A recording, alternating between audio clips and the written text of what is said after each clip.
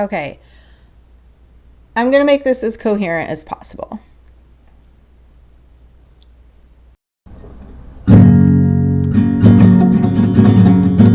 Sure, I can play guitar.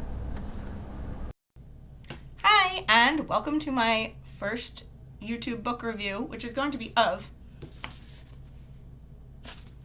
The Scholar in the Last Fairy Door by H.G. Parry. There should be a ride because I don't have any notes, and I read this book like a month ago, and I have perimenopause brain, so my memory is a sieve. But this is meant to be a spoiler-free review, not a crazy ton of detail, just some impressions because I love this book very, very much, and I have not seen anybody really talking about it on booktube. Like, I haven't looked. I'm sure there are reviews out there, but it's definitely not like super hyped making the rounds, and I don't fully understand why. So yeah, ADHD, perimenopause, brain fog, no script and no notes. So bear with me, okay? I don't know what that was. I don't know how that applies. This is where we're at. But this book deserves the hype. So here we go. H.G. Parry has a decent number of books, and she's reasonably popular. This is not like me trying to hype up an indie author. I just think it deserves to be talked about, and people should know about it and potentially read it. This is dark academia. It is historical fantasy. So I guess the first thing I should say, and maybe this will help you decide if like this is even worth your while and if you're even going to attempt, is like I posted about this book in a couple of Facebook groups because I was like, this book is so good, how come nobody's talking about this? I posted about that like maybe 25% of the way through because I could not put this book down. And I got several like, oh my god, yeah, I really love that book too responses. And then I also got a decent number of, I was really enjoying it until like a third of the way through, halfway through, and then I DNF'd because I couldn't keep waiting for something to happen. So here's the thing. Like I said, I am ADHD. I mean, admittedly, I am a much more character-driven reader than plot-driven. So despite being ADHD, I do have some tolerance for slow-moving plots or, you know, cozy, low-stakes type things. Some. But I do struggle with really, really slow-paced books. There are plenty of books that I love. I'm going to call out Ted Williams. I'm going to call out the Austen Ard books, Memories Are on Thorn, and the subsequent books. Memories Are on Thorn were some of my early favorite fantasies, sort of my introduction as a young adult into fantasy. I had read Chronicles of Prydain when I was little, and then that was kind of it until I was like 15-ish when I picked up Memories Are on Thorn. So they are like, I can't tell you like the size of the place in my heart that those books hold. I adore them. I think that they are very well written. I have read the original trilogy multiple times. I am, depends on how you count because there's at least one novella in there, but like halfway or more through the subsequent books. Adore them. Not trying to say anything bad. They are slow. They're so slow. And I have struggled. Like, they take me a really, really long time to get through. I need to take breaks, etc. So I'm not immune to that. The Scholar in the Last Fairy Door, to me, I do not feel that nothing happens. I don't feel that you have to wait for things to happen. I mean, obviously, yes, the big event is like very close to the end of the book.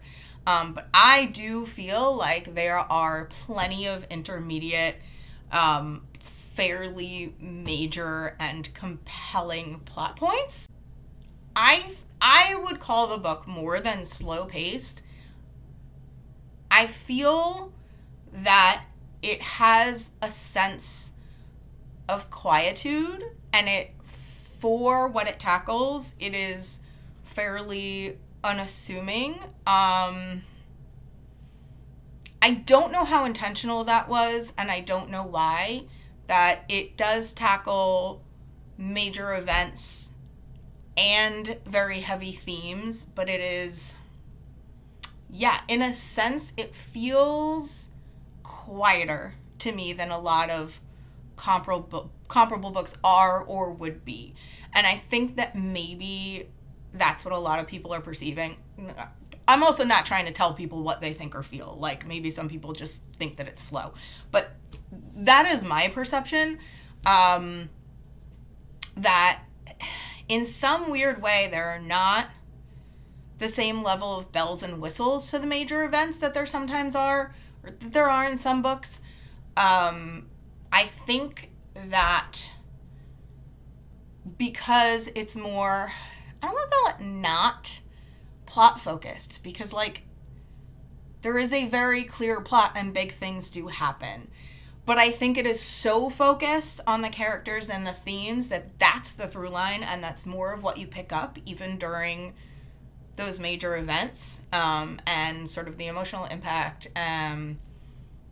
So, which brings me to, so this is a funny story. So, I'm going to say 6 months ago, I could be completely off base. Actually, no, it was over the summer. So in that kind of area, I read Blood Over Brighthaven, finally, and I loved that. I loved that as well. I didn't love it quite as much as I loved this book, because, I mean, it was pretty romance heavy, and like, I don't know, I don't have a problem with romance, and it's not like it was a badly written romance per se. I don't need it. So like, as a focus for me, it kind of detracts from other stuff. But I think the bigger reason that I didn't necessarily love it as much is because I felt like it was very heavy-handed with its themes. It kind of liked to bonk you over the head a little bit with them, and like repeatedly. And there was, for me, a little bit of like, yeah, I get it. Like, I appreciate it. I appreciate you talking about this, but I get it. So I read that. I loved it. I read this. I just made a comment on their video too, and now I don't remember which order things actually happened in. I might have been wrong, but right around the same time, I read The Scholar in the Last Fairy Door, and I watched the Book Leo's video about how dark academia has shifted over the last 10 plus years since its inception. I don't remember what the video was called, but I will find it, and I will link it here in the video if I can figure out how to do that thing. But at a minimum, I'll link it in the notes. I'm pretty sure I had also recently seen a video about, or at least mention of in a video by Willow Talks Books about this sort of shift in dark academia. But the Book Leo's video was very in-depth, and she spent a lot of time scouring the internet for evidence of like exactly what dark academia meant to us at various periods in history. And a lot of the point, I think, of both videos, or both mentions of it, was that the sort of, the first dark academia books were thematically dark. Like, dark academia as an aesthetic arose from them, right? But the reason that the books were dark academia is because they were thematically dark. And they had something to say usually / largely critiquing academia and the elitism and sometimes outright prejudice that often exists there. And I realized that, like, that is apparently exactly what I like, because I do appreciate the vibe and aesthetic of dark academia. I do. And I feel like maybe on the surface that's what draws me to some of these books. But I feel like my favorite dark academia that I have read has been books that have something to say and are not just recapitulating the aesthetic. So I'm going to start on actual stuff about this book. Okay, so basically I have already discussed the fact that some might find it slow. I feel that it is just understated and very worthwhile, that it has big plot points, and however, it is much more focused on its themes and its characters. I would say it's more focused on its themes, but manages to have extremely well fleshed out characters. So basically this book follows primarily a main protagonist and an ensemble of 4 during World War I era England. So yeah, I'm intending to keep this spoiler free. I feel like, as this is my first time doing this, I'm doing my best, and how spoiler free this is may depend on your definition of spoilers. I'm just going to give you a basic idea of the plot and the themes so that you can see if this might be for you. Okay, so yeah, World War I era England. It is a world in which magic exists. Some people can do magic. Surrounding that is very much one of the primary themes, which is elitism and inequity in access to resources. So the main protagonist is a commoner and not somebody who would typically be admitted into sort of the magical world, and namely Britain's premier magical academy, which is, in this world, a graduate school. Her older brother, who is very, very beloved, goes off to war and is gravely injured in a magical attack by a Faerie, which for various reasons was not supposed to have been able to happen. And the protagonist kind of fights and claws her way into this magical academy in order to search for cures for her brother. There she sort of... So, I mean, the characters in this book are... I think when we start in the general area of 19 years old, if I remember correctly. Because they're... The protagonists, the ensemble, are freshmen at a graduate school. I believe they're all freshmen. I could be misremembering that. Point being, in addition to elitism and equity, one of the things that you find a ton of in this book is basically coming of / but really focused on the aspect of coming of age wherein we all kind of learn who we are and / decide who we're going to be, right? There is a lot of it. And I will say, I think that is one place where the book can get heavy-handed. Some of the, guilt-riddenness and all of that, a little bit. But heavy-handedness in themes in books is something that I'm very sensitive to and not very tolerant of. And I tolerated it no problem in this book. Like, I felt like the book was well worth it. So, the protagonist gets to this school and is really confronted with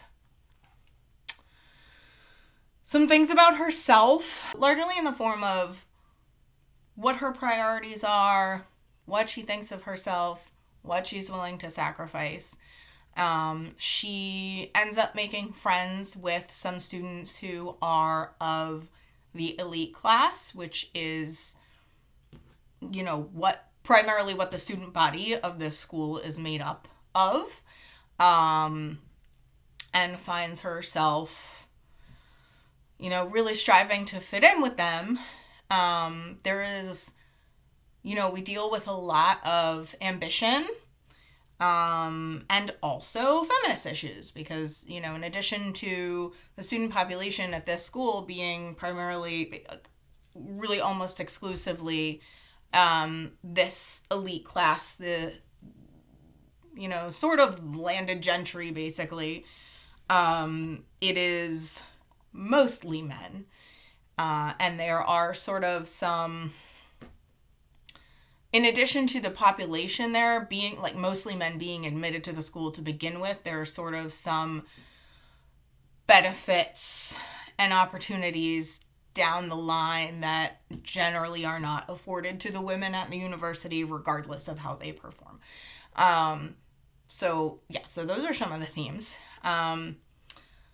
The other major theme that I just absolutely adored, and, like, I don't know, from a certain perspective, maybe I should have outgrown, but there is a very, very realistic portrayal, I feel, and maybe less so in this generation, but of friendship at that age, and when you're really figuring out who you are and who you're going to be, and what friendship really is, and why friendships develop, and what they take to maintain, and how they change you. I have a lot more to say about this book than I thought. But I really, really, really adored this about the book. I felt like these characters were so realistic for their age, and the friendships were so realistic. And the things that they, and really in particular, the main protagonist grapple with in terms of competing priorities and desires and cognitive dissonance about who she wants to be and how she feels about herself. I felt like they were all so much more true to life than I can remember ever reading in another book. And again, like, I'm well beyond that point in life, but I think about these things sometimes as a person who, I have very, very, very low social bandwidth and very low self-esteem and some neurodivergence. So I have had friends in my life, but I have always had a really, really hard time. I've had a really hard time moving from, like, friendly acquaintanceships to friendships. I still really don't understand how that works. And I have a very hard time maintaining friendships because I don't reach out to people. And then also though, I think a lot about how hard it is to make and maintain friendships as an adult and in middle age, because everybody is so busy and just has their own stuff. So I do kind of think a lot about friendship in general. And so this was it really tugs at the heartstrings. So throughout this sort of journey of developing friendships, the plot that involves the plot points that a lot of people are looking for, the action, is occurring, and, these four friends go through a lot of it together, and it basically involves big, deep, dark secrets, protected by the aristocracy. I don't think that that's a spoiler. I think it's says some of that on the jacket cover, and also, like, you basically figure that out very early on. It just takes a lot longer to figure out what the secrets are. And the bulk of the action occurs in the years immediately following World War One. But then we sort of catch up with all of the characters down the road as well, when the consequences of their actions are really coming to fruition. And it's sort of another stage of figuring out, and another opportunity for all of these people to figure out who they are, who they want to be, what their priorities are, and what they mean to each other. There are a couple of twists that, I mean, like, some of the secrets and twists I did get. Like, I did guess. I don't know if I'll say early on, but, like, a decent amount before they were revealed in the book. And some I super did not. And I feel like they were great. There's at least one that I did not, that, like, in retrospect, I probably should have, and a lot of readers might, but who knows. I'm not great with that. Like, do you know how there are some people who can... I don't want to be that person, and I could be... This is totally anecdotal, but in my experience, it's often men. I've known, like, 3-4 cis men who are this way, that they can watch a movie and be like, you're like 10 minutes in, and they're like, oh, this is going to happen, and this is going to happen, and this is going to... And they're right 92% of the time. I am not that person. I don't think that I am stupid, but I do not have...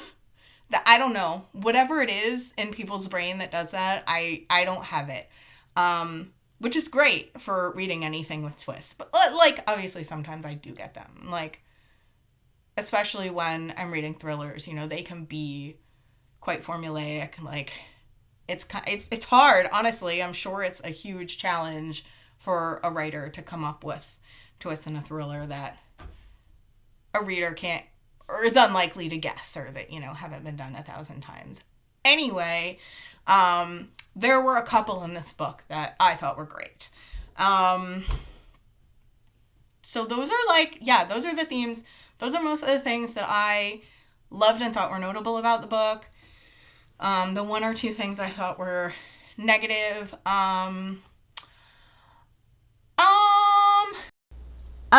Okay, you guys, I forgot to mention one of my very favorite things about the book.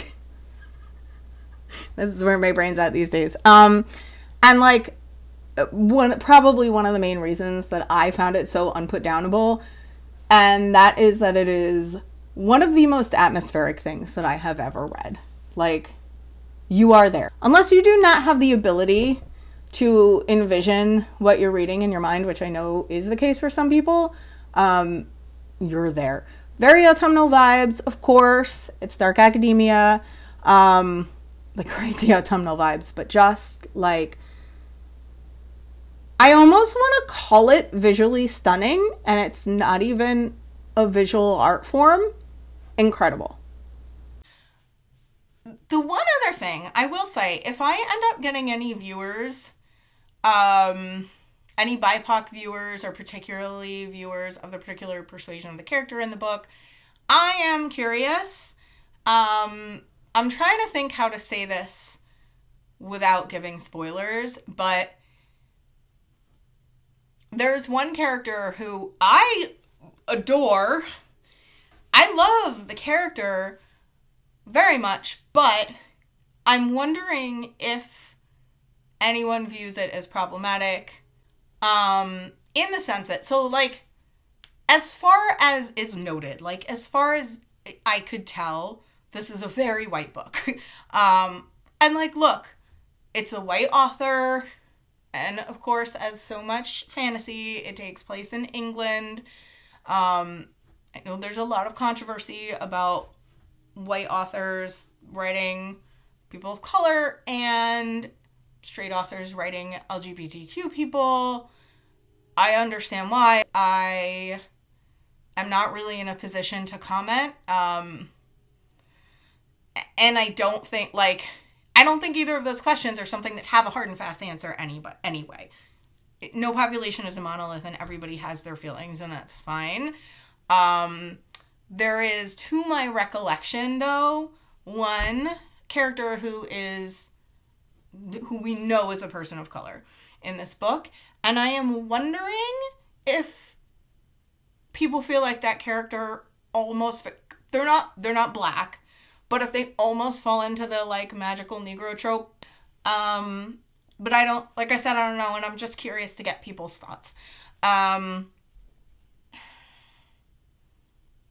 It's kind of the one real gripe I have with the book, and I don't even know if it has any validity whatsoever.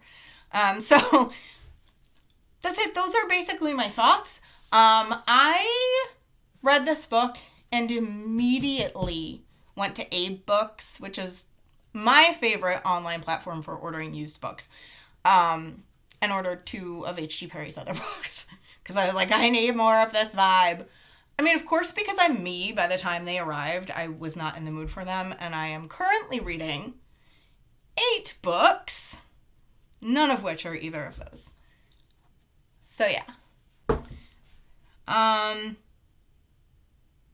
Yeah.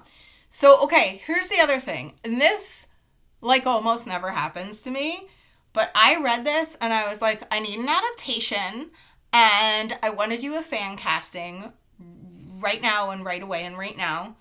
And then I tried to start one and was like, I haven't watched enough with really good actors of the right ages. And also, like, I'm trying to figure out the time frame, right? I'm like, okay, if we cast this as if it was going to start being filmed in, like, early 2026, so the characters are there. And then also, like, we see characters, we meet up with characters at various ages, so it's like, where do we need to cast multiple actors and where don't we? It probably depends on the actor. This is really deep nerddom. I know I'm talking about this as if it's a real thing and I'm out of my mind, but this is how much I love this book. And this doesn't happen very often, like, at all. So, if there's anybody out there who has read this and loves it as much as me and would like to see an adaptation, not that, like, fan casting means you're making an adaptation happen, but anybody else who wants to, like, try to fan cast this with me, drop something in the comments. Yeah, I don't know. I think that's it. Thank you. If you watch this, let me know let me know how I did. Seriously, if you watch a lot of book reviews, if you do book reviews, if you have tell me what you liked and what you didn't like about the video outside of, like, video and sound quality and editing and stuff, because I'm sorry, those things are going to get better if and as they can. But just in terms of content, what I'm talking about and the way I'm saying it, like, let me know if there's any major blunders or if there's anything else you'd like to see. And, if you want more of this in general. I love books very much, but I'm an incredibly slow reader. So, probably not going to be able to do a ton of reviews. At least, like, in a timely fashion. But the whole idea of this channel is kind of, I upload when I feel like it anyway. So that's it. Okay, that's my review of The Scholar and the Last Fairy Door by H.G. Parry. Thank you so much for watching / listening. Please hit the like and follow if you liked it and would like to follow my channel. Okay, bye.